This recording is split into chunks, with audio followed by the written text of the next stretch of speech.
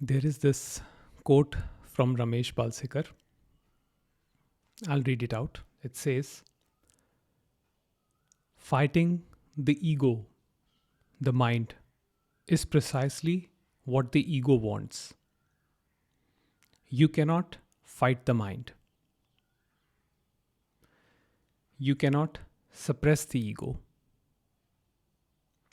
Fighting, resisting, controlling is an impossible action. What is really needed is to yield, to see things as they are. So, what Ramesh Balsekar here is talking about is the unconditional acceptance of what is. And the unconditional acceptance of what is does not imply a particular viewpoint.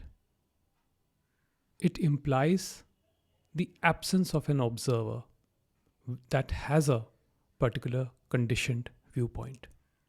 So, what that means is, I still may not be okay with certain things. And the definition of what is, it includes even that which is not acceptable. And this ego mind has this fantasy to never react, fantasy to never feel any troubling emotion like anger, jealousy, greed, irritation, restlessness. But Ramesh says it clearly that what happens in the moment, nobody can control that.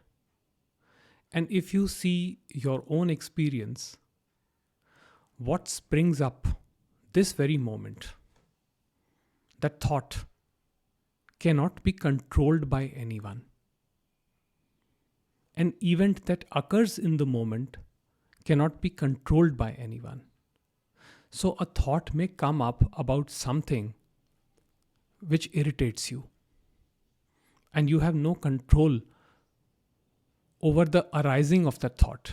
Yes, once the thought has come, it is there in the consciousness. Depending on your circumstance and the severity of the thought, you may either be able to control it or not. But to say that I will always be in control of myself, in control of my reactions every minute, every moment of my life, that is kind of a utopian thought which the traditional organized religions and the ancient philosophies promise. But I do not find any such utopian state, any such state of permanent bliss. Every state is transitory. So it comes, it plays in consciousness, and it goes.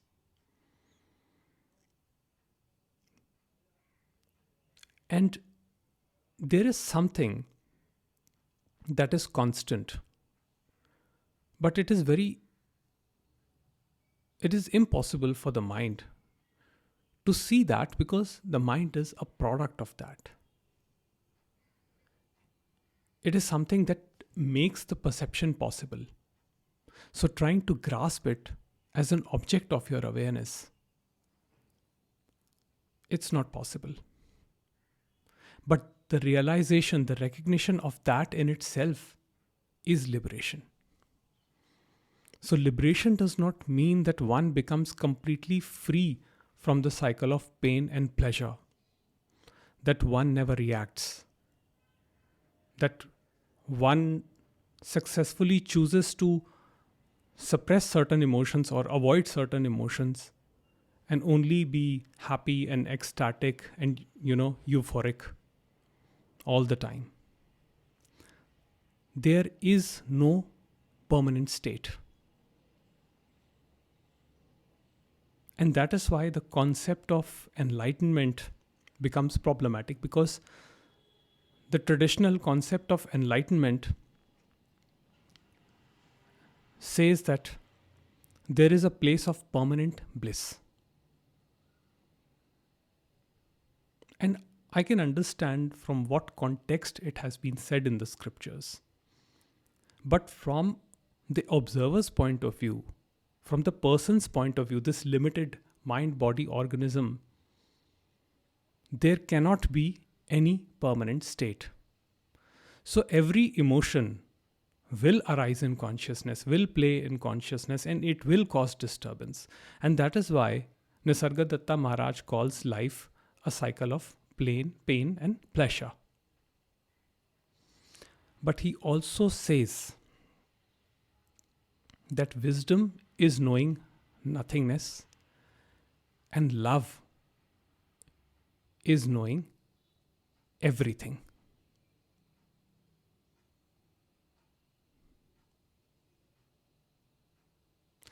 And he says the life flows between the two.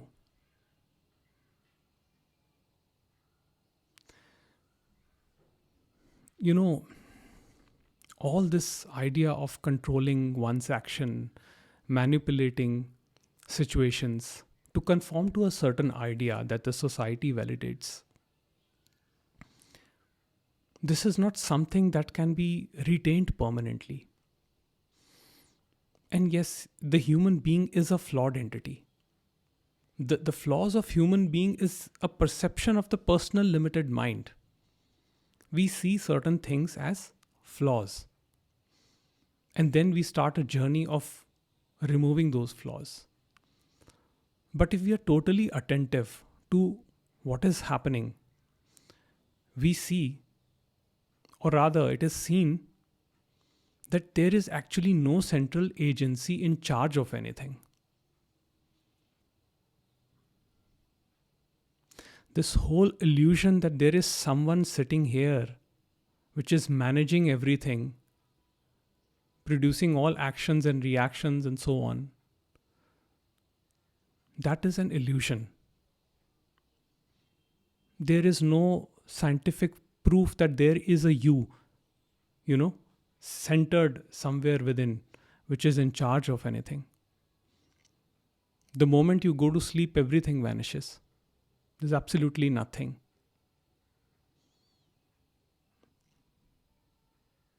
So wisdom is knowing that you're nothing. And love is knowing that you're everything. And love does not exclude anything. The true love that the masters speak of is not based on conditions. The true love includes everything. It includes even the apparent other that creates a hurt for the apparent you.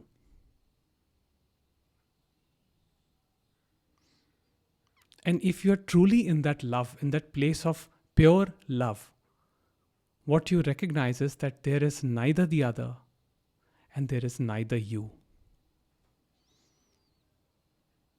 So no action is, no action gets labeled as your action or as the other's action. Everything is seen as a happening.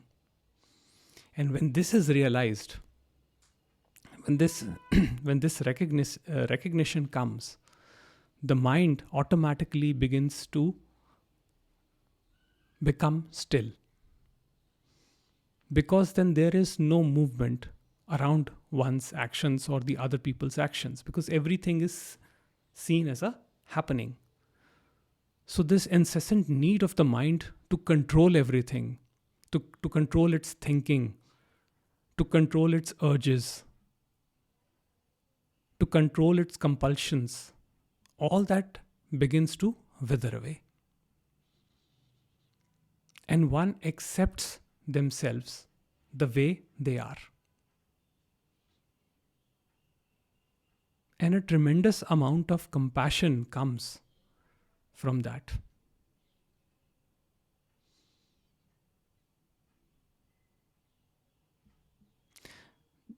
Just yesterday, I had an altercation with someone who just lashed out in rage on my 9-year-old son. And I was upset. So I confronted that person and I gave him my peace of mind. But while I was doing that, there was this awareness that he is not the doer of the actions, that he did not personally choose to be rude or to be angry with my son. And while I was holding him, I could see in his eyes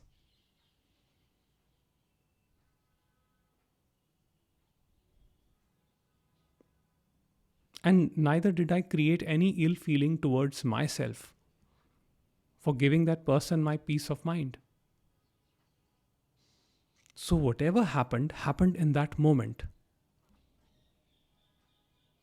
Then that person apologized and we were on our way, and that was the end of it. There is no hatred towards that person, there is no bitterness towards that person. In fact, if you ask me now, I personally feel a lot of compassion for that person, because somehow in his anger I could see pain. It's not that he acted out of his personal volition. The fact that I was angry with him was because that trauma happened to my 9-year-old son. He's very small. That's a tender age, impressionable age.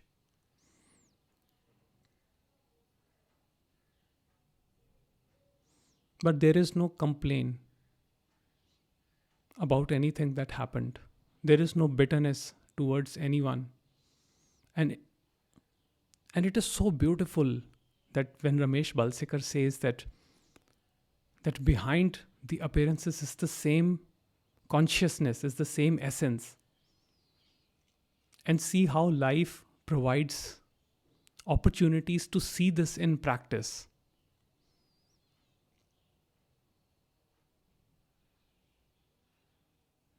And once that is realized, you cannot hate any person. Of course, you still remain cautious, because there are people who are so troubled, whose mind are conditioned in such a way that they may have this tendency to react and attack over and over again. So it's not that one has to accept them, that one has to be okay with whatever they do. No, that's not the idea. That is precisely why I gave him a stern warning that he should not come close to my son. And I was quite forceful in my assertion. But at the same time, there is no hatred towards that person. There is no anger towards that person. Yes, one does feel bad when such things happen. That is natural. But there is no thinking about it. And while we see these things as uncomfortable life situations, I think only because of these things we get to know what love is, what peace is. The peace has to be found in chaos. There is no peace outside the chaos. The peace has to be found in the flow of unpredictable life. There is no peace outside it. If you are waiting for a permanent bliss, for a permanent understanding, for a permanent state of mind that is outside the realm of duality or phenomenality, then you are mistaken. Seeking a permanent state itself becomes suffering. The only way to be at peace is to accept the unalterable, the unpredictable flow of life. And that is what my conclusion is. And it includes all the mistakes that we make.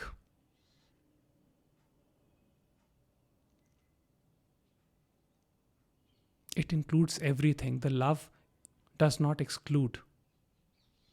It is only the mind that excludes. It is only the mind that differentiates. Love does not know how to differentiate. The pure love is unconditional. It is the essence behind everything. It is the source and the substance of everything.